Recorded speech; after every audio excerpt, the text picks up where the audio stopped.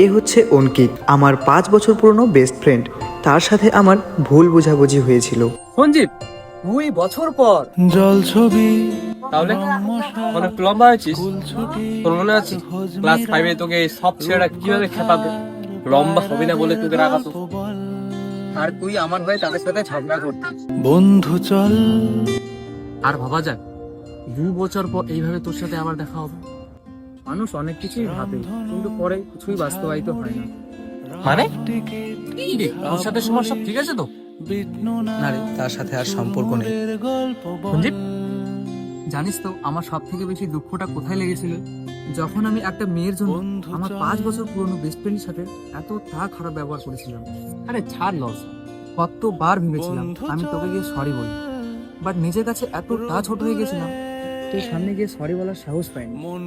তুই ঠিকই বলেছিলিস, বন্ধুত্বটাই টিকে যায় শেষ মিনিস। খেলবো আজ ওই ঘাসে।